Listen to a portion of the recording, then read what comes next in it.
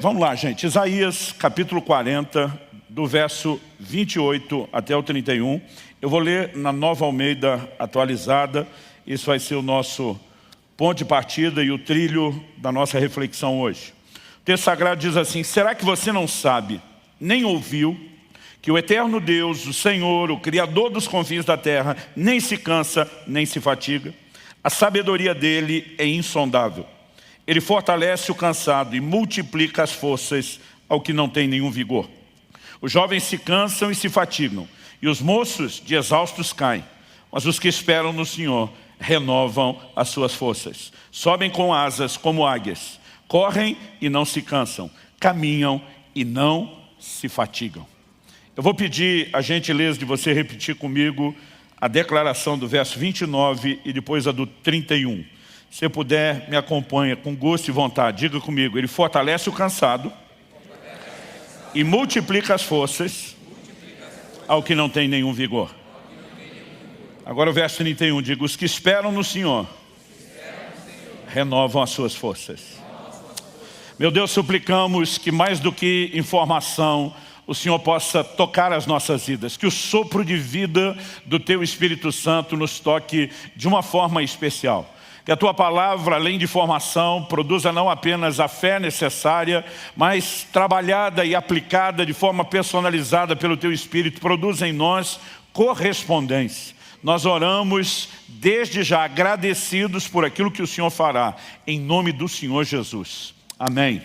Bom, o tema da minha mensagem hoje é renovando as forças. Eu quero chamar a sua atenção para o que não apenas é uma promessa de Deus, quando a Escritura diz: ele fortalece o cansado, multiplica as forças ao que não tem nenhum vigor. Quando a Bíblia diz que os que esperam no Senhor renovam as suas forças, como além de uma promessa, é a revelação do seu intento, do seu propósito, da sua vontade. Obviamente o texto está falando a respeito de algo sobrenatural. Quando a Bíblia fala que a força dos jovens chega ao fim, a ponto deles caírem de exaustão, mas os que esperam no Senhor renovam as suas forças, ao mencionar os jovens e aqueles de vocês que já como eu passaram aquela metade da vida, né, já não estão mais na fase da juventude, sabe a diferença de disposição física. Um dia desses, chamei meu filho para a gente malhar junto, e depois ele falou: pai, e aí, quer correr uns 10 quilômetros? Falei: tu tá maluco? Né? Falei: você acha que eu tenho esse pique, essa sua disposição de 23 anos? Mas mesmo a moçada, que está no auge do vigor e da disposição hormonal, chega um momento que eles descobrem que tem um limite. Mas a Bíblia está dizendo: os que esperam no Senhor vão além. Então a Bíblia não está falando nem só de força natural e nem tampouco só de algo no aspecto físico, mas está falando de uma manifestação sobrenatural. Eu quero chamar a sua atenção para algo. Nós vivemos um tempo, uma época na história da humanidade, onde a maioria de nós não chega a ter uma experiência de exaustão física, de esgotamento de forças e energias. E quando eu falo esgotamento, estou falando num sentido pleno. Por quê? Mesmo aqueles que trabalham, né, com esforço físico, nós temos hoje, né, na modernidade em que vivemos, ferramentas que auxiliam demais o trabalho. Né? Por exemplo, gente que arava a terra sem o auxílio de bois, e depois descobriu que boi puxando o arado era uma grande ferramenta de auxílio, morreria de inveja da gente de ver todo o maquinário agrícola de hoje em dia. Em qualquer área, né? Você pode falar de um marceneiro, qualquer pessoa que trabalha com esforço físico já não tem a dimensão de esforço que talvez a antiguidade fez. E muitos de nós, com outros formatos de trabalho no mundo digital, a maioria de nós acaba não tendo essa experiência.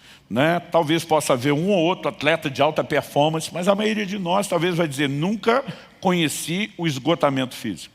Eu tive uma única experiência que eu posso falar, que fala de exaustão física. Em fevereiro de 1993, estava ministrando um evento em Itajaí, Santa Catarina.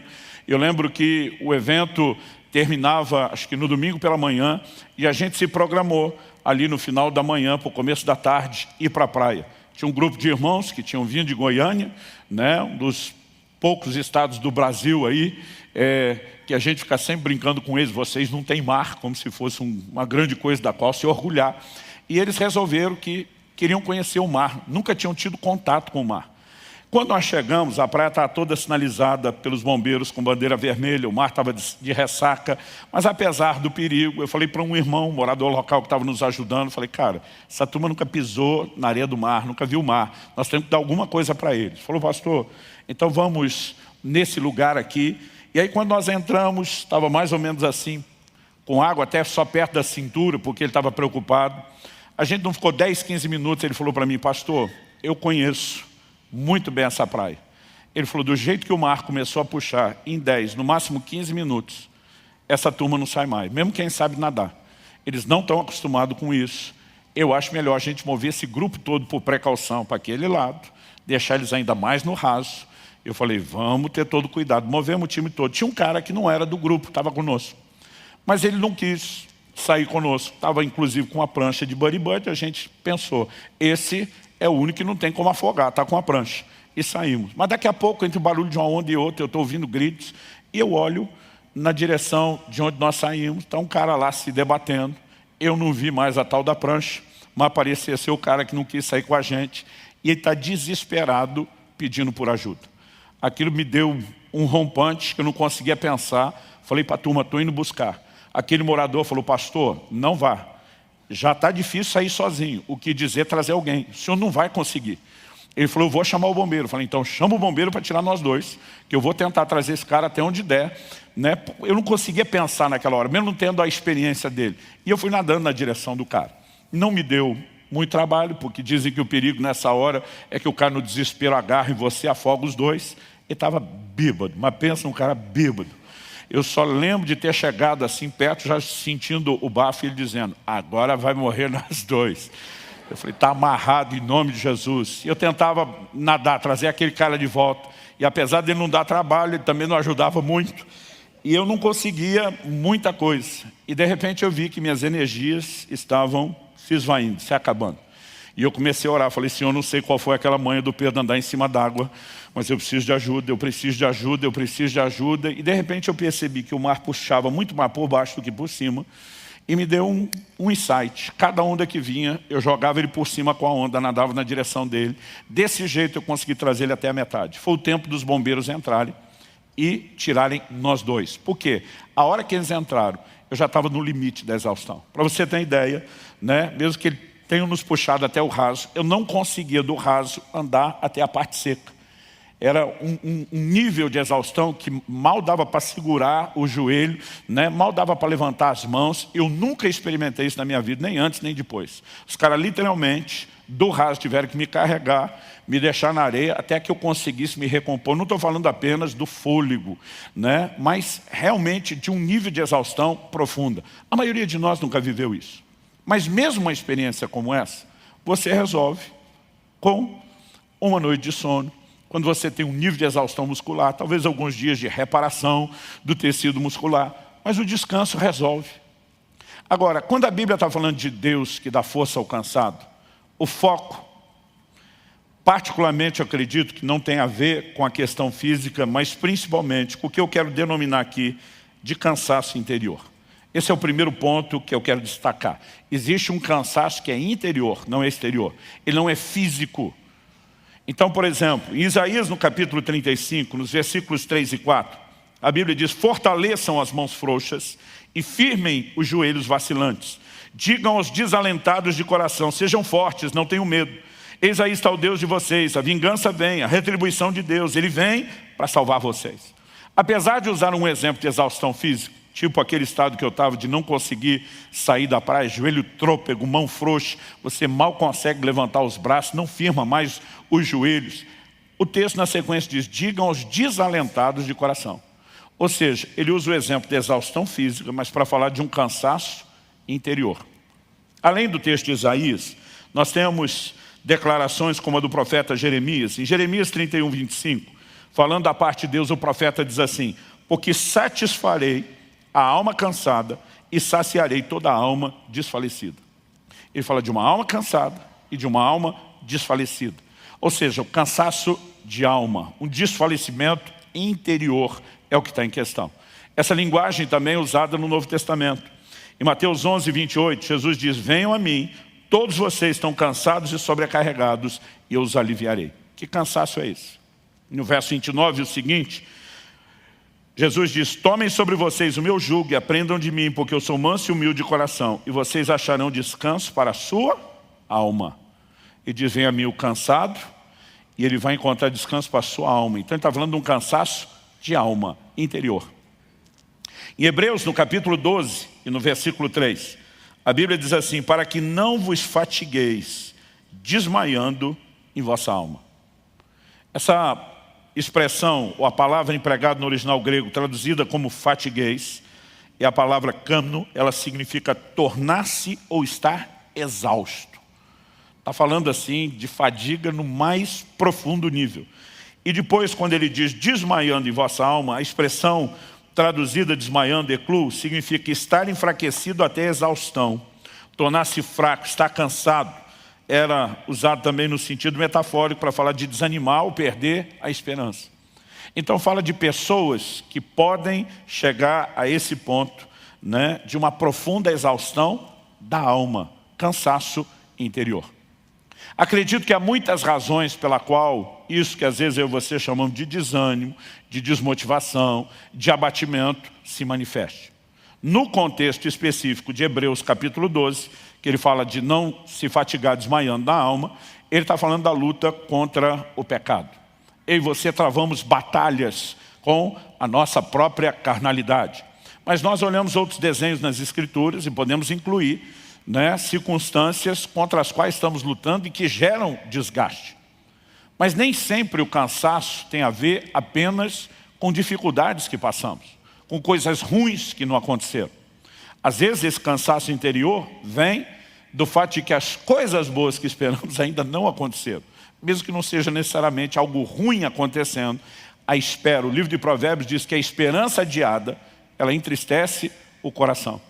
Eu brinco que o brasileiro, da maior parte dos povos do mundo, é o que mais tem a capacidade de se reinventar na virada do ano. Eu não sei o que a gente consegue resetar dentro da gente do dia 31 de dezembro para o dia 1º de janeiro, que a gente acende esperança e diz, esse ano vai. Não importa se no outro não foi. E aí você passa o ano pilhado, tal, mas o ano acaba e você diz, não foi de novo. Mas de repente, naquele culto de passagem do ano, alguma coisa acontece e a gente, mas esse vai.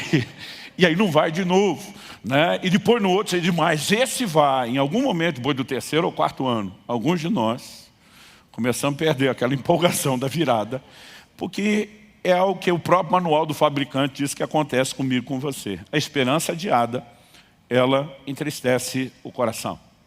Mas o interessante é que a Bíblia não fala de um cansaço que vem só de coisas ruins, ou da falta da concretização de coisas boas, mas eu e você podemos nos cansar até mesmo com coisas que são extremamente positivas.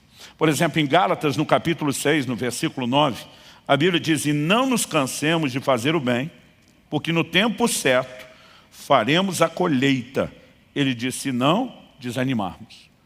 Então ele relaciona a ideia de cansar, de fazer o bem, com desânimo. Algo nos paralisa. Em algum momento você olha e diz, não sei se está dando resultado, se essa pessoa está recebendo como deveria, se está valendo a pena fazer o que eu faço. E a Bíblia não diria sobre não cansar de fazer o bem, se fazer o bem não cansasse. Então até fazer o bem cansa. Um dia uma pessoa me perguntou, pastor, fazer o bem cansa? Eu falei, vou te dar duas respostas. A primeira indiscutível está lá na Bíblia. E eu citei Gálatas 6,9. Falei a segunda, a senhora é uma dona de casa dedicada à sua família, louvável por isso. Mas mesmo amando seu marido e seus filhos da forma como a senhora ama e dedica, eu lhe pergunto, cuidar deles todo dia não cansa? Ela disse, cansa. Falei, a senhora tem a sua resposta, na Bíblia e na prática. E quando esse cansaço se instala, seja lá qual for a razão pela qual ele veio, nós estamos aqui apenas especulando algumas coisas que talvez ajude você a mapear e localizar se você está lidando com a questão do cansaço interior ou não. Quando eu e você começamos a entrar nesse estado de cansaço, um dos termômetros onde isso aparece é na nossa vida de oração. No Salmo 69, verso 3, o salmista afirma, estou cansado de clamar e a minha garganta secou. Os meus olhos esmorecem de tanto esperar por meu Deus. Eu digo que aqui ele já saiu do nível oração e foi para o choração, né? É muito mais um lamento, é muito mais um desabafo do que qualquer outra coisa. Se isso não fosse verdade, de que o cansaço parece se manifestar e paralisar até a nossa vida de oração, porque em Lucas 18:1, a Bíblia diz que Jesus teria contado uma parábola sobre o dever de orar sempre e nunca desanimar. De alguma forma, esse desânimo contagia a vida de oração e a gente começa a perceber não só a indisposição, talvez de fazer o bem, de lutar contra uma circunstância ou contra a questão do pecado, mas até mesmo de orar. E é quando nesse outro terreno a coisa começa a se manifestar que eu e você podemos ter problemas maiores. Porque pelo menos esse aspecto da oração é o ponto onde a gente podia mudar e reverter o quadro. E eu quero chamar a sua atenção para o fato de que Deus fez uma promessa. Ele fortalece o cansado. Ele multiplica as forças ao que não tem nenhum vigor. É a sua palavra e Ele é fiel àquilo que Ele falou. Pastor, então é só eu estar cansado que Deus vai agir? Não. A Bíblia diz que os que esperam no Senhor renovarão as suas forças. Então, Deus está dizendo o seguinte, Ele se revela como o Eterno, o Criador dos confins da terra, o Senhor que não se cansa e nem se fadiga. E esse Deus que não se cansa, que não conhece o que é cansaço, porque é um ser absoluto, completo, onipotente, Ele diz, eu quero usar o que eu tenho, que é essa força que nunca se cansa, para estender a você que não tem o que eu tenho, a força que te faz superar o seu cansaço, inclusive o seu interior. Mas de alguma forma esse posicionamento de esperar, de depender de Deus, é que pode nos conectar com uma provisão, repito, sobrenatural. Estou falando de algo que é maior do que mera motivação ou encorajamento emocional. E nós precisamos aprender a conectar com Deus. Quando experimentamos sua intervenção, e essa é a segunda coisa que eu vou destacar, a primeira foi enfatizar o cansaço interior, eu e você podemos viver dois níveis distintos de experiência com Deus, no que diz respeito à forma como Deus nos fortalece quando estamos cansados. A primeira delas, eu definiria como aquela quando o Senhor vem a nós. A segunda, eu definiria como aquela que nós temos que ir a Deus. E não importa a dinâmica, se o Senhor está vindo ao nosso encontro, se nós decidimos ir ao dele, são dois formatos reconhecidamente bíblicos, através do qual Deus se manifesta e intervém na nossa vida. Então me deixa dar tanto um exemplo bíblico como um exemplo pessoal que ilustre a aplicação da verdade bíblica sobre cada um dos dois. Em 2 Timóteo, no capítulo 4, e nos versículos 16 e 17, o apóstolo Paulo diz assim, na minha primeira defesa, ninguém foi a meu favor, todos me abandonaram. Outra tradução diz, ninguém esteve ao meu lado. A NVI diz, ninguém apareceu para me apoiar. E depois de dizer que todos o abandonaram, Paulo diz que isso não lhe seja posto na conta. Verso 17, mas o Senhor esteve ao meu lado e me revestiu de forças para que através de mim a pregação fosse plenamente cumprida e todos os gentios a ouvissem e fui libertado da boca do leão. Eu acho massa Paulo falar, e daí? Que essa turma com quem eu tinha uma expectativa, gente que me ama, que se importa, que eu contava que estivesse lá, não apareceu. Ele diz, o Senhor esteve ao meu lado e me revestiu de forças. Ou seja, esse posicionamento de Jesus estar ao lado, não é ele estava ao meu lado para fiscalizar, para ver como eu iria reagir. Ele estava ao meu lado para intervir. Ele estava ao meu lado para me revestir de forças. E eu e você podemos ter experiências onde o Senhor vem nos socorrer no momento de necessidade, onde Ele se coloca ao nosso lado, Ele vem a nós para nos comunicar forças. E uma das primeiras experiências, marcantes pelo menos, que eu tive nesse sentido, eu estava no primeiro ano do meu ministério pastoral, nós estamos falando de 94, que eu comecei a pastorear em dezembro de 93, antes disso eu passei alguns anos viajando, pregando no ministério itinerante, e não bastou alguns, não tinham passado muitos meses, bastou um pequeno período de tempo para que eu tivesse já que lidar com um grande desânimo.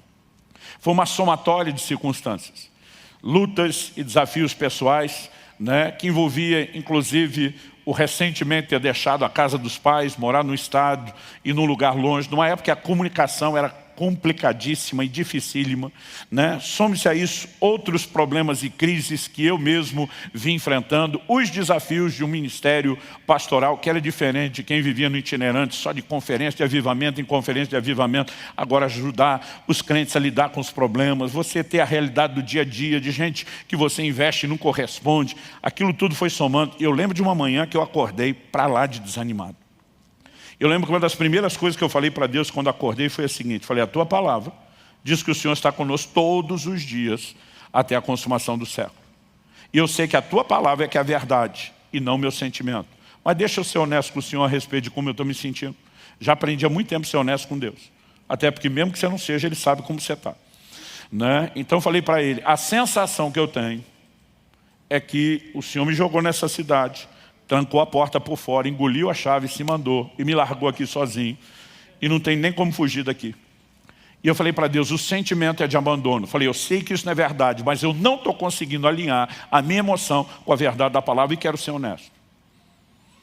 Levantei, fui para uma reunião de oração que a gente tinha logo cedo. De lá comecei os atendimentos, né? Que tínhamos agendados aí o tempo todo, um pedaço do almoço, começo da tarde livre, fiz um monte de visita, voltei para os atendimentos, emendei para um culto à noite. Depois do culto, tínhamos uma situação difícil para resolver e eu gastei horas numa reunião de conciliação familiar. Eu lembro que eu cheguei em casa, era depois de 1h30 da manhã, antes de 2, mas jamais de 1h30. Cheguei tarde, cansado, pelo menos aquele dia corrido me distraiu, não me deixou lembrar do sentimento. Mas eu lembro que a hora que eu estacionei o carro, o estacionamento ficava atrás de um prédio que eu morava. A hora que eu desliguei o carro, eu percebi, no instante que eu desliguei o carro, que a luz que normalmente acendia automaticamente à noite ali no estacionamento, provavelmente estava queimada com algum problema, estava tudo muito escuro.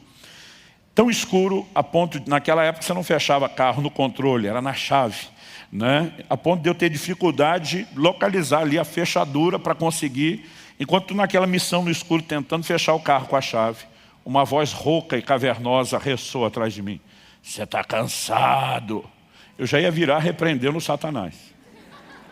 Depois eu levei em consideração a segunda possibilidade. Quem vive aprontando com os outros, sempre fica meio que de prontidão com o que podem fazer com ele. A Bíblia diz que quem semeia vento, colhe tempestade. Naquele momento, eu dei primeiro uma olhada, falei, antes de eu dar motivo para depois ainda tirar com a minha cara, olhei para a janela do prédio onde morava, se não era outro amigo, a voz não era dele. Né? Enquanto eu estou ali procurando, sai um irmão das trevas, do canto mais escuro, rindo. Era um irmão da igreja que usava o mesmo estacionamento. Falei, pastor, desculpa, eu não resisti. Eu vejo que vocês estão sempre aprontando com o outro. Vocês, era principalmente eu, e o pastor Luiz Gomes, que ministrou aqui no Sobrenatural. Nós dividimos um apartamento quando solteiro. E eu só pensando, miserável, você me paga, vai ter troco. Né? Eu por fora sorrindo, cara de paisagem, por dentro assim, a maldade já programando o que é que eu podia fazer de volta. E eu acho que distraído com aquilo, eu não tinha percebido o tamanho do susto que eu levei. Na hora de subir a escada, e era um andar só, o apartamento que eu morava era um andar de cima só. Eu percebi o tamanho do susto, que as pernas estavam mole. Estava difícil subir a escada, eu só pensando, vai ter troco. Mas ao mesmo tempo que eu planejava a minha vingança, eu estou nessa, não quero que me peguem de novo. Então eu entrei com muito cuidado na casa, dei uma boa olhada. Né? Eu lembro que quando passei, vi a porta do quarto do Luiz fechada, pensei, já deve estar dormindo, mas por precaução, a hora que eu entrei, fechei a minha. Eu tinha um dispositivo de segurança, depois que eu trancava aquele quarto, ninguém entrava. Mesmo assim, por precaução, olhei embaixo da cama, nada. Abri o guarda-roupa, eu sei que você vai ficar tentando imaginar tudo que a gente aprontava um com o outro, coisa de moleque mesmo. Quando eu tinha certeza que não tinha mais ninguém para me dar um susto, fui para a cama dormir. E, gente, eu calculo que deve ter sido de 2 a 3 minutos só. Porque eu lembro que foi o tempo de eu deitar do lado direito, senti que não acomodou, virei de costa a nada, virei para o lado esquerdo, para o lado da parede. A hora que eu virei para o lado da parede, uma mão me pegou no ombro. Depois de toda aquela checagem, que não tem ninguém, sabendo que não tem ninguém como entrar. Aí alguém me perguntou outro dia, pastor, o senhor assustou? Falei, não, eu acho que não tinha mais adrenalina, tudo já tinha saído lá embaixo. Não tinha mais nem como assustar. Segundo, o toque não era hostil. Sabe tipo quando você encontra alguém que primeiro você dá uma batidinha no ombro, depois segura firme? O toque era gentil. E eu ouvi uma das vozes mais doces e belas da minha vida. E até hoje isso me emociona. A voz disse assim, você não está sozinho. E a hora que falou foi como se fosse um filme. Eu de manhã dizendo, o Senhor me largou nessa cidade, me abandonou, eu estou me sentindo sozinho. E naquele momento, eu não consigo te descrever o quão real era a presença do Senhor lá da cama. Tudo que eu consegui era chorar, cheio do Espírito, orar em outras línguas. Eu fiquei com muito medo, não era um medo ruim, é difícil explicar isso, mas era um temor, era uma coisa boa, mas um temor de olhar. Né? Eu gastei um tempo ali chorando, eu sentia que aquela presença continuava ali, eu criei muita coragem para dar uma espiadinha, não via ninguém ao lado da cama, mas eu sentia aquela presença tão forte, e eu não consigo te descrever o quanto aquele toque me turbinou. Até hoje, tem dias quando começa a bater o cansaço, e eu lembro da experiência, a lembrança já me dá outro gás, parece que eu agarrei no trifásico. Você não está sozinho. Essa talvez seja uma das minhas versões na vida pessoal, para dizer o que Paulo falou. O Senhor esteve ao meu lado, Ele me fortaleceu. Eu tenho certeza que aquele dia não era nenhum anjo do lado da cama, era o Senhor que estava ali me tocando, ministrando. Muitas vezes Ele virá ao nosso encontro, Ele vai comunicar algo que não tem explicação. Né? Não estou falando de alguém que me motivou, eu recebi uma descarga, aquilo tocou meu corpo, tocou minha alma, tocou meu espírito. Eu fui revestido de Deus de uma maneira sobrenatural. Isso, embora tenha sido extraordinário, me gerou uma expectativa que eu diria desequilibrada. Por quê? A partir daquele dia eu imaginava, sempre que estiver precisando, o gás vai vir desse jeito. Mas nunca rolou outra dessa. Na verdade, não demorou muito tempo para eu descobrir que esse não é o único formato de Deus nos fortalecer. Há momentos onde Ele vem a nós. Há momentos onde Ele espera que nós possamos ir a Ele. Em 1 Samuel, no capítulo 30, eu vou dar outro exemplo bíblico e depois, de novo, quero compartilhar um exemplo pessoal que ilustre a aplicação. 1 Samuel, capítulo 30, a Bíblia diz que Davi e os seus homens chegam em Ziclag, cidade dos filisteus, onde eles haviam se estabelecido enquanto fugiam de Saul. E a Bíblia diz que ao chegarem, descobriram a cidade destruída, queimada pelos amalequitas, descobriram que mulheres e crianças tinham sido levadas cativos junto com todo o gado. A Bíblia diz que Davi e os seus homens, verso 4 diz assim, então Davi e o povo que estava com ele ergueram a voz e choraram, até não terem mais forças para chorar.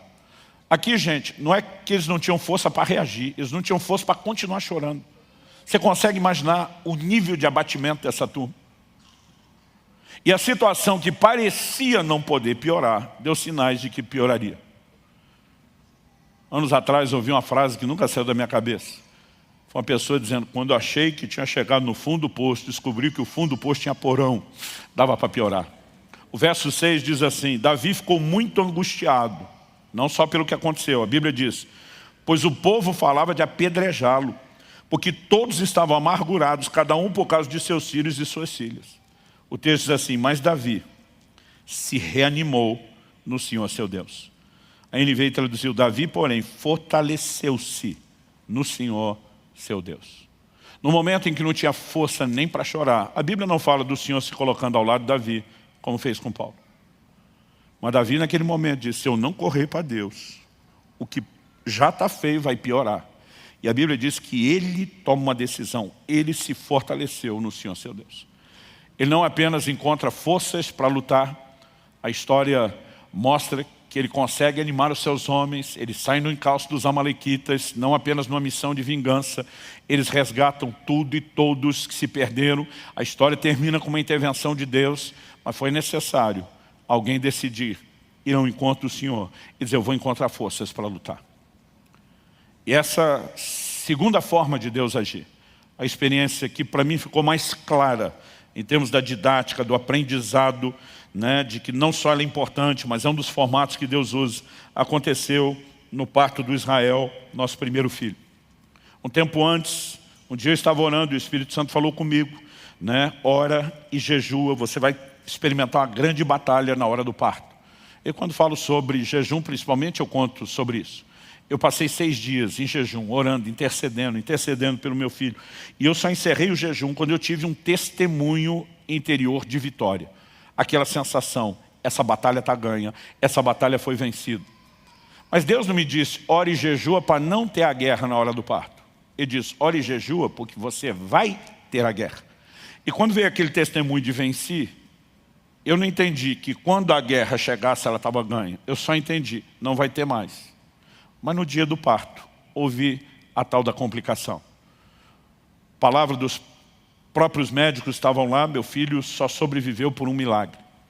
Mas naquele momento, e quando eu cheguei para a hora do parto com a Kelly, ela estava com um quadro de hemorragia assustador. Só enquanto ela entrou no quarto, eu ajudei, né, ela ir para o banheiro, colocar as roupas, porque já iria para o cirúrgico. Nessa saída da troca de roupa, era tanto sangue no chão. Eu lembro quando o médico entrou e ele olhou e falou, de quem é esse sangue todo? Eu falei, é dela. Tipo, não fui eu. E ele passou a mão no telefone, eu estava assustado, mas eu estou pensando, eu não tenho experiência. Mas ele era um dos médicos experientes da cidade, né? um grande obstetra. Quando ele viu aquilo, ele passou a mão no telefone na hora e disse, reúne a equipe inteira agora no cirúrgico. Eu lembro dele falando assim, emergência emergencial. E quando ele enfatizou que é emergência, era emergencial. Eu pensei, se ele está assustado, eu acho que eu devia estar mais. Eu tive que ajudar a botar aquele na maca, levá-la para o cirúrgico, né? E eles me pediram para esperar do lado de fora, porque eu tinha combinado que eu assistiria o parto, embora a maioria dos maridos não assista o parto. Ele fica de costas para a cena do crime, e a mulher, além de dar luz à criança, tem que ficar consolando o marido. Vai dar tudo certo, meu amor, vai dar tudo certo. Porque os homens são dessa fibra enorme nessa hora. Mas naquele dia, e ele falou, aguarda lá, você só entra a hora que estiver tudo pronto aqui, finalmente nós vamos te chamar. E eu lembro que do lado de fora, eu nunca senti um desânimo e um abatimento tão grande. É quase como se eu acreditasse que eu tinha perdido a batalha. É quase como se eu entendesse, não, se isso aconteceu, eu não garanti nenhum resultado. Em vez de entender que naquele dia eu não evitei, mas eu ganhei a batalha, um desânimo se instalou que eu não consigo te definir. E foi naquele momento que eu estava esperando que alguma mão me tocasse no ombro. Que talvez pelo menos um anjo viesse do céu, fazer um cafuné na minha cabeça, vai dar tudo certo, gordinho, fica firme aí. Né? Nada disso rolou. A sensação que eu tinha é que Deus não estava por perto, que Ele não veio ao meu encontro. Mas naquele momento, de alguma forma, eu senti o próprio Deus me provocando. Que a semelhança de Davi, eu tinha que me fortalecer em Deus. E eu fiz uma escolha, eu vou entrar nesse lugar. Eu vou buscar essas forças. E eu fui turbinado de uma forma sobrenatural. Eu não apenas consegui romper aquela apatia interior, algo acendeu dentro de mim quando eu tive aquele posicionamento de fé. Eu enlouqueci, eu tive um surto de fé. Foi uma coisa assim, além da minha capacidade de explicação. E ali eu me levantei, eu comecei a declarar a palavra de Deus, eu comecei a profetizar o milagre, a intervenção que aconteceria. Quando finalmente eles me chamaram para o centro cirúrgico, não foi minha mulher que teve segurado na minha mão e dizer, vai dar tudo certo. Eu entrei, segurei a mão dela, olhei bem no olho dela, falei para ela, falei, Kelly, presta atenção, vai dar tudo certo. Ela falou, eu sei. Falei, você acha que sabe? Quem sabe sou eu. E se você sabe, você não sabe o tanto que eu sei. Vai dar tudo certo, o Senhor está conosco. Eu virei um leão. E depois, quando simplesmente todo mundo estava dizendo, o milagre aconteceu, a sensação depois, não antes, era, eu sabia. Adiante daquele posicionamento era, cadê você, Deus? Aonde o Senhor foi parar? Agora, o que eu entendi a partir daquela dinâmica, vendo textos como esse que eu estou dando, que nem sempre a dinâmica de fortalecimento é a mesma. Há momentos onde a Bíblia, aliás, a maior parte do tempo, a Bíblia nos ordena ir ao Senhor. Não manda a gente esperar de forma passiva que Ele vem. Então me deixe ler alguns textos. Efésios capítulo 3, verso 16. Para que segundo a riqueza da sua glória vos conceda que sejais fortalecidos com poder mediante o seu espírito no homem interior. No mesmo lugar onde o cansaço se manifesta, do lado de dentro, interior, é onde o revestimento de poder quer se manifestar.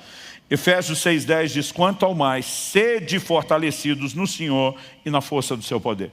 A maior parte das versões traz isso no imperativo, fortalecei-vos no Senhor e na força do seu poder. É você que vai lá buscar as forças em Deus. Colossenses capítulo 1, verso 11. Sendo fortalecidos com todo o poder, segundo a força da sua glória.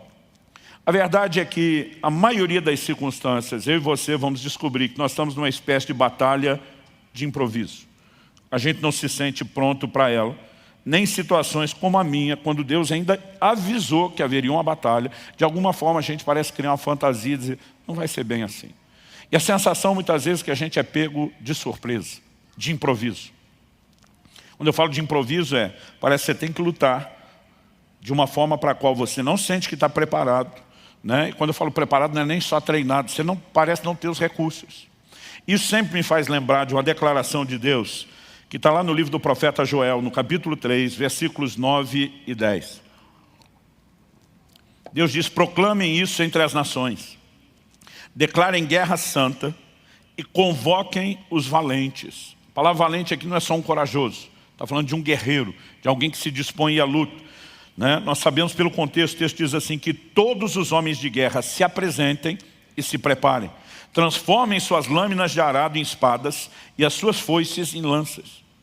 Ou seja, Deus está dizendo que tem que ainda arregimentar, alistar o exército todo, e que essa turma nem armamento tem.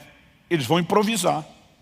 O improviso é, vão pegar, né, as lâminas do arado, vão pegar as foices, vamos improvisar as armas. E nesse contexto Deus diz que o fraco diga: eu sou forte. A tradução que me impactou e que eu decorei quando garoto dizia: diga ao fraco, eu sou forte. Eu lembro de um dia ver um pregador desses de fé, animado, empolgado, dizendo: para de dizer que você é fraco. Deus mandou você não falar da sua fraqueza, mandou falar da sua força, porque Deus disse que você não é fraco, você é forte. Eu pensei, não foi isso que Deus disse. Deus diz: diga o fraco.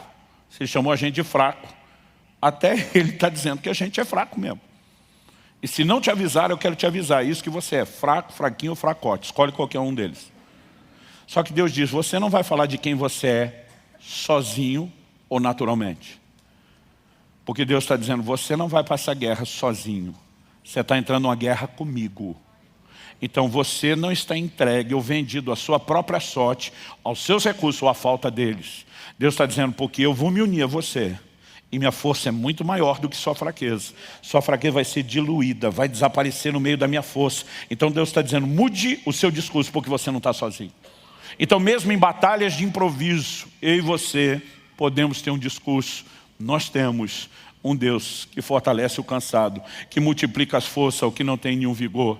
Nós precisamos reconhecer que os que esperam no Senhor renovarão as suas forças. E eu e você podemos entrar numa dimensão completamente diferente de fortalecimento em Deus. Você crê nisso? Em terceiro e último lugar, eu gostaria que a gente considerasse um pouco da importância de lidar com a realidade da nossa fraqueza e limitação. Pastor, certeza que tem importância nisso? Certeza. Eu não sei você, mas já tive que lidar muitas vezes com a presunção de querer ensinar Deus como ser Deus. Eu, por exemplo, tive um acidente de carro em agosto de 93, e declaração de médicos e enfermeiros que me socorreram, que nem eram cristãos.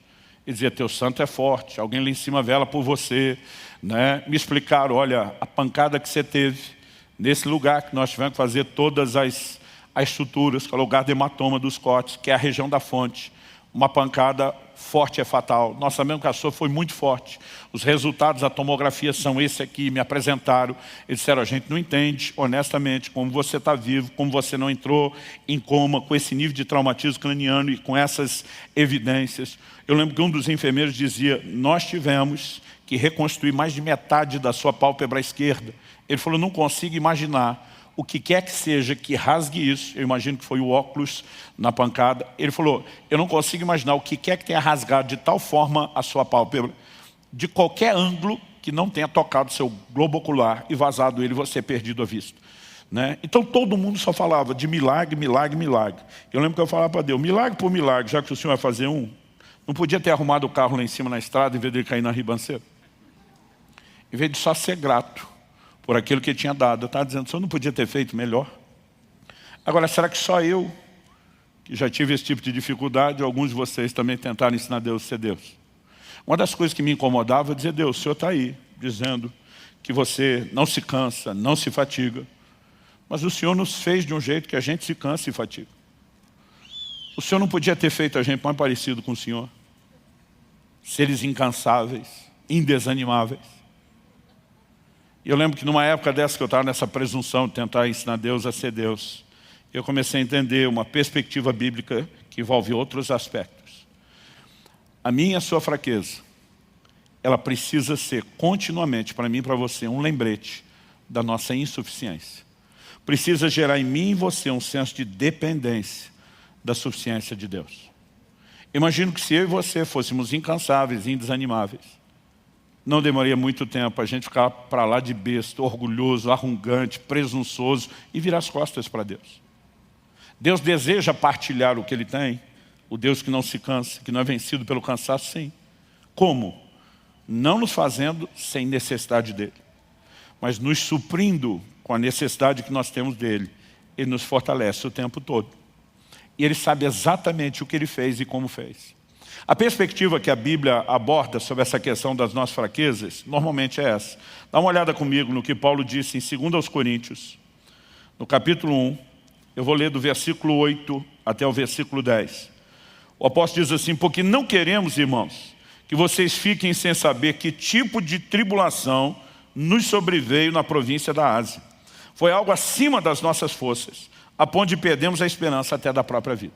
Uma tribulação acima, além das forças, a ponto do apóstolo, não estamos falando de um novo convertido imaturo, mas de um dos maiores gigantes da fé do Novo Testamento, desesperar da vida.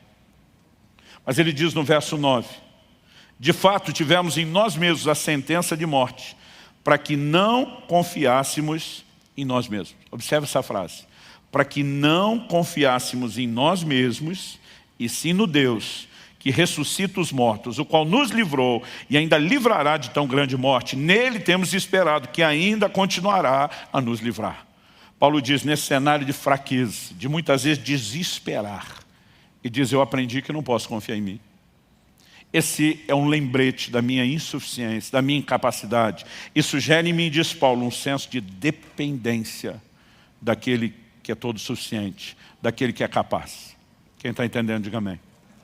Na mesma segunda carta de Paulo aos Coríntios, no capítulo 12, nos versículos 9 e 10, depois de falar de uma situação específica pela qual ele orou e não viu uma intervenção de Deus, ele diz que o Senhor respondeu ao apóstolo da seguinte forma: então ele me disse, a minha graça é o que basta para você, porque o poder se aperfeiçoa na fraqueza. Outras traduções dizem, o meu poder se aperfeiçoa na fraqueza. De boa vontade, pois, mais me gloriarei nas fraquezas, para que sobre mim repouse o poder de Cristo. Por isso sinto prazer nas fraquezas, nos insultos, nas privações, nas perseguições, nas angústias por amor de Cristo. Porque quando sou fraco, então é que sou forte. Aqui nós temos um paradoxo, uma aparente contradição. Como quando eu sou fraco, é que eu sou forte? Paulo está dizendo, quando eu entro em contato com a realidade da minha limitação e da minha fraqueza, isso me desperta para tirar os olhos de mim, dos meus recursos, e colocar os olhos naquele que é a fonte de toda a força. Paulo diz, quem tem essa consciência, olha para a fraqueza como um lembrete de que há uma outra fonte de onde eu e você tiramos força. A gente entende que a graça dele, que é força capacitadora, nos basta, que o poder dele se aperfeiçoa na fraqueza. Em momentos quando eu e você temos que lidar com fraqueza, ele fala do contexto de coisas que geram desânimo. Ele diz, eu sei que sobre mim vai repousar o poder, haverá uma intervenção sobrenatural. Quem está entendendo, diga amém. Então, em momentos como esse, eu e você precisamos saber para onde correr. O capítulo 40 de Isaías, que é o texto que nós lemos, ele diz, não apenas que os que esperam no Senhor renovam as suas forças, mas uma das afirmações que o texto faz, e eu particularmente gosto muito, ele diz, sobem com asas como águias. Depois ele vai dizer, correm e não se cansam, caminham e não se fatigam. Aqui tem o contraste dos jovens que se cansam, os moços que chegam à exaustão. E depois ele vai dizer, os que esperam no Senhor correm e não se cansam, caminham e não se fatigam. Mas no meio ele diz, sobem com asas como águias. Essa ilustração, para mim, ela é algo que me empolga e me empolga demais. Eu e você, talvez, possamos não perceber de imediato qual é a alegoria usada, porque no contexto aqui, né, da nossa fauna, da biologia, não só do continente, do país, da nação brasileira, mas pelo menos da época que nós vivemos, nós não temos acesso às águias. Mas vamos falar de outras aves que usam da mesma sabedoria. Porque está falando das águias que elas conseguem subir, né? Como normalmente as águias alcançam as maiores alturas. você raramente vê ela batendo as asas, se esforçando. Ela normalmente abre as asas, não apenas para planar, mas ela pega as correntes de vento. Essa é a razão pela qual muitas vezes essas aves estão subindo, rodando em ciclos, porque elas pegam o lugar da corrente ascendente e elas usam uma força que não é delas para alçarem maiores alturas. Mas no contexto aqui do Brasil, a gente pode trocar a águia pelo urubu. Eu não sei porque todo mundo ri, o pobre do urubu nem de longe tem a mesma moral que a águia. Mas o princípio é o mesmo. Normalmente você vê aqueles urubus rodando, eles não estão apenas circulando, e normalmente o movimento circular não é descendente, é ascendente. Eles estão pegando as correntes de ar para lá de cima, está procurando o que é que vão comer, mas eles se aproveitam da força do vento para não alçarem as alturas na sua própria força. A Bíblia diz que quando Deus renova minhas suas forças, eu e você também seremos alçados não pelo nosso esforço, mas não também por um vento natural. Eu creio que isso é uma alegoria do vento do Espírito, do sopro, da manifestação do poder de Deus que nos move e nos leva a um lugar onde eu e você não chegaríamos com a nossa própria força. Hebreus 11:34 fala de alguns que da fraqueza tiraram forças. E quando ele diz que pela fé eles da fraqueza tiraram força, não está dizendo que a fonte de força é a fraqueza. A fé fez com que eles conectassem a fonte de força que é Deus. E num contexto de fraqueza, eles conseguiram ter um lembrete. Essa fraqueza só testemunha nossa insuficiência. Nós temos que correr para aquele que é suficiente para Deus. E pela fé eles acessaram os recursos daquele que dá força ao cansado e multiplica as forças ao que não tem nenhum vigor.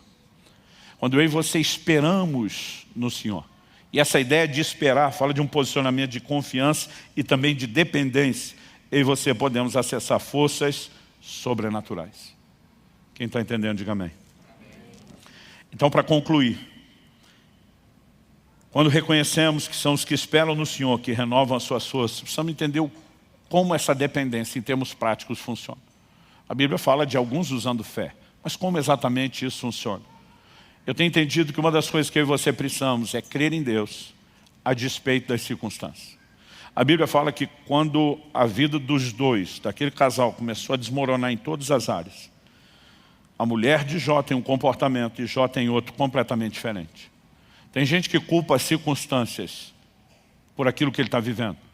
Mas a verdade é que diante das mesmas circunstâncias, pessoas que vivem exatamente no mesmo contexto podem ter reações muito diferentes. Um exemplo que frequentemente eu dou é que há duas formas de se lidar com a resistência do vento. Um avião usa a resistência do vento para alçar voo, para se projetar. Um carro de corrida usa a resistência do voo não com asa para subir, mas com aerofólio para colar no chão. É a mesma resistência que eles vão enfrentar quando estiver se locomovendo em grande velocidade, que vai ser administrada de forma diferente. Uns a usam para ficar colado no chão, outros a usam para subir. Enquanto a mulher de Jó decidiu ficar colado no chão e age de forma natural, dizendo para o seu marido, amaldiçoe seu Deus e morre. Qual foi a atitude de Jó? Jó 19:25, ele afirma, eu sei que o meu Redentor vive e que ele há de se levantar sobre a terra.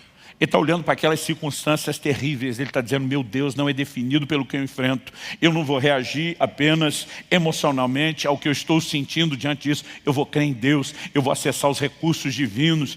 E a história de Jó é mudada pelo seu posicionamento de fé. Porque se eu visse o conselho da mulher, para quem ele falou, você fala como uma louca, ele teria liquidado e acabado com tudo de vez. Eu e você precisamos aprender como reagir. Em momentos difíceis, nós vamos ter que acessar Deus. Seja um posicionamento de fé, seja usar os meios que nos conectam com a presença dEle.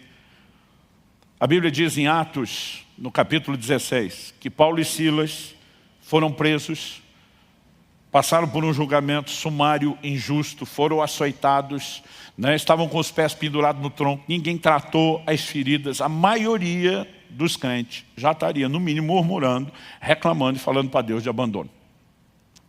A Bíblia diz que lá pela meia-noite, esses dois não dormiam, não deixavam ninguém dormir.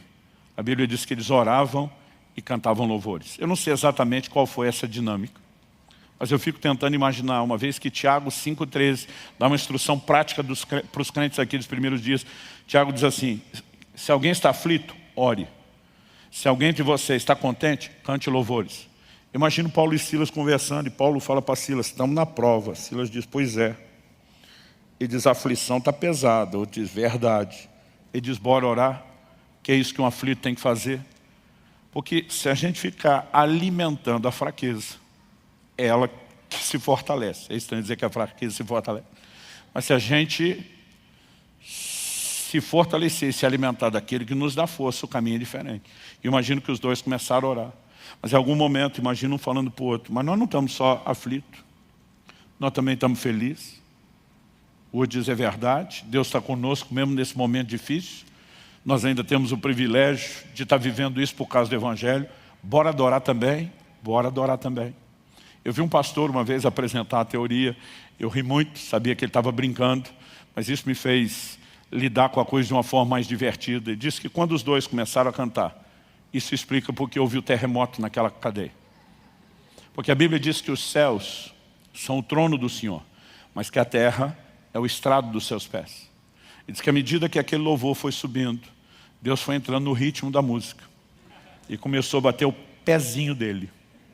E à medida que ele foi batendo o pezinho no compasso da música, o pezinho ou pezão dele, que a terra é o estrado dos seus pés, começou a produzir aquele terremoto. A gente se divertiu com a brincadeira, mas a verdade é que quando eu e você decidimos nos conectar em Deus, e oração, adoração, toda a devoção ainda são meios para isso, nós podemos mudar completamente as circunstâncias. Podemos experimentar intervenções da parte de Deus. Quem está entendendo, diga amém. Mas algo que eu sempre digo para quem está vivendo um momento de cansaço, aprenda a receber, não só diretamente de Deus quando Ele te toca, não só diretamente de Deus quando você foi a Ele, como Paulo e Silas foram, mas muitas vezes o mesmo Paulo vai falar de uma força e um socorro que Deus manifestou através de pessoas. E a gente precisa saber receber de Deus através de outros. E segundo aos Coríntios, no capítulo 7, nos versículos 5 e 6, particularmente eu creio que aqui Paulo está falando do que aconteceu lá em Filipos, quando eles foram presos. Ele diz, porque quando chegamos à Macedônia, e a cidade de Filipos era parte da Macedônia, não tivemos nenhum alívio. Pelo contrário, em tudo fomos atribulados. Lutas por fora, temores por dentro. Não bastasse o perrengue do lado de fora, ele diz, ainda tinha que lidar com os sentimentos, os temores do lado de dentro. Mas ele diz assim, porém Deus, que consola os abatidos. Diga comigo, Deus, que consola os abatidos. Então Paulo diz, porém Deus, aí ele lembra uma característica de Deus, que consola os abatidos, nos consolou com a vinda de Tito. Quantas vezes na minha caminhada eu tive momentos de encontrar mensageiros de Deus, não demorava para reconhecer. Não apenas porque às vezes algum desses vinha e tocava o dedo na ferida, no ponto que eu não tinha conversado, mas o que liberava da parte de Deus não era mera palavra de ânimo ou encorajamento, era aquele tipo de conversa que comunicava uma graça sobrenatural, havia um fortalecimento, um encorajamento. Eu não sei você, mas tem hora, não é só quando eu estou ouvindo uma pregação, tem hora que eu estou conversando com alguém e alguma coisa começa a acontecer dentro de mim, e a vontade que eu tenho de dizer, eu vou voar. Eu vou voar. Algum negócio acende, parece eletrificar a fé dentro de mim, né? Agora, há momentos onde Deus vai enviar alguém para nos abençoar. Mas você já parou para pensar, e muitos de nós já tivemos essa experiência, você já parou para pensar que em outros momentos, Deus quer usar você para fortalecer a outras pessoas? Isaías capítulo 50, verso 4, fala dessa outra dinâmica. Ele diz, o Senhor Deus me deu uma língua erudita, para que eu saiba dizer boa palavra ao cansado. Boa palavra não é apenas uma boa explicação, não é só um bom conselho, não é só uma boa dose de encorajamento. É quando eu e você carregamos algo que não é nosso, é sobrenatural, comunica vida da parte de Deus. E eu quero que você possa pensar que a razão pela qual você está ouvindo isso hoje é que talvez você chegou aqui cansado e você está precisando renovar suas forças.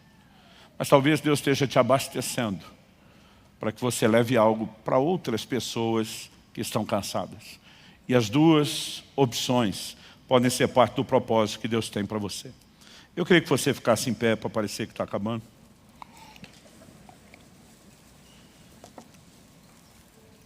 Eu quero ler um último versículo, que é o Salmo 31, verso 24, e nós vamos orar. O texto, muito alinhado com o que nós lemos em Isaías 40, diz: sede fortes e revigore-se o vosso coração, vós todos que esperais no Senhor. Quando o texto está dizendo sede fortes, que tipo de força ele está falando? Quando ele diz revigore-se o vosso coração, obviamente ele está falando da força interior, daquilo que faz superar o cansaço interior. Mas só o fato de eu estar cansado significa que Deus vai vir ao meu encontro? Não. A Bíblia diz que os que esperam no Senhor renovam as suas forças. É o meu posicionamento e o seu de dependência, de confiança em Deus, que atrai a intervenção dele. Isaías 64:4, a Bíblia diz: porque desde a antiguidade não se ouviu, nem com os ouvidos se percebeu, nem com os olhos se viu um Deus além de ti, que trabalha para aquele que nele espera.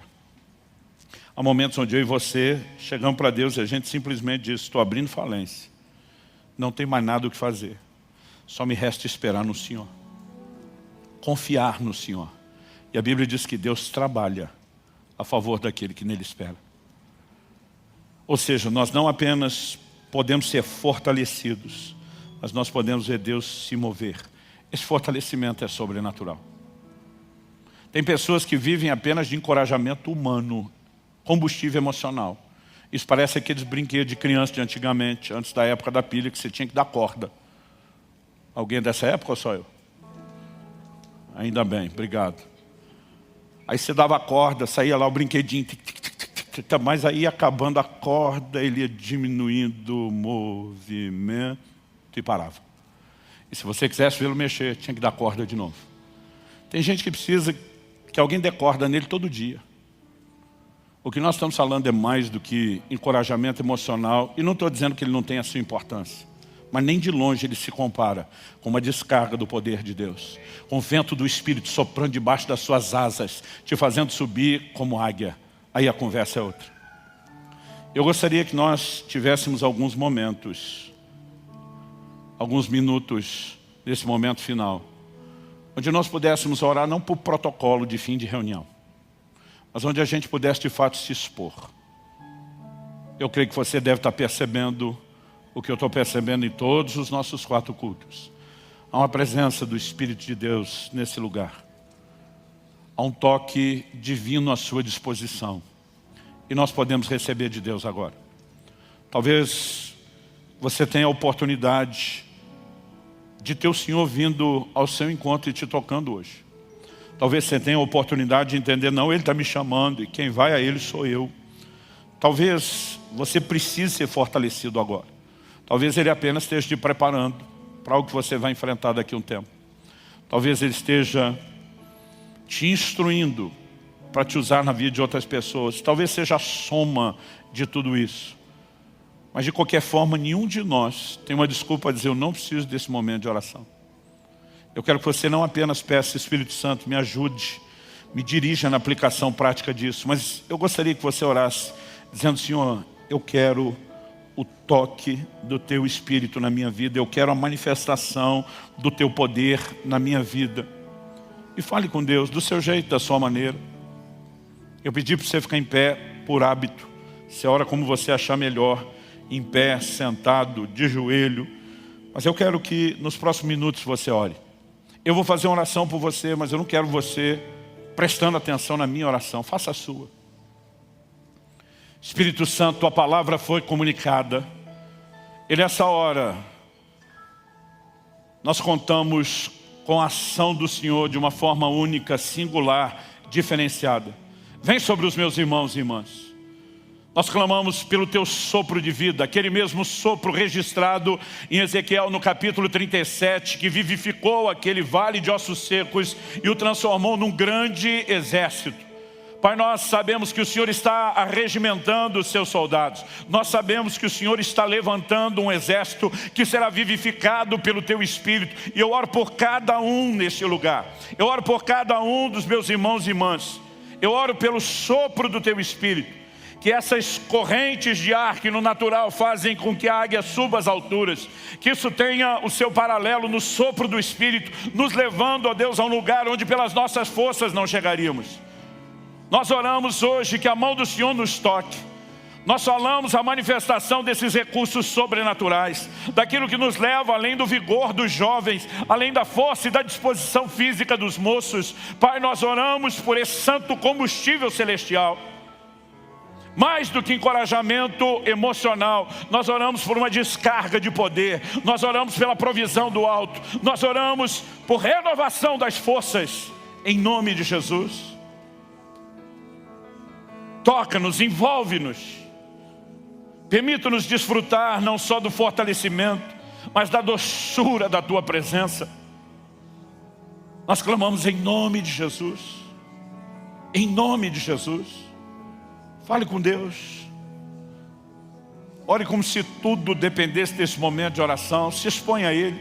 Talvez seja um bom momento de ser honesto e falar do seu cansaço, da dor, do desânimo, da necessidade de ajuda de Deus. Talvez o Espírito Santo te faça lembrar de alguém que nem está aqui e que Ele queira que você se levante como um intercessor por essa pessoa. Mas simplesmente se deixe ser envolvido, ministrado, ou mesmo conduzido, liderado pelo Espírito Santo nessa hora e nesse processo. Faça isso em nome de Jesus.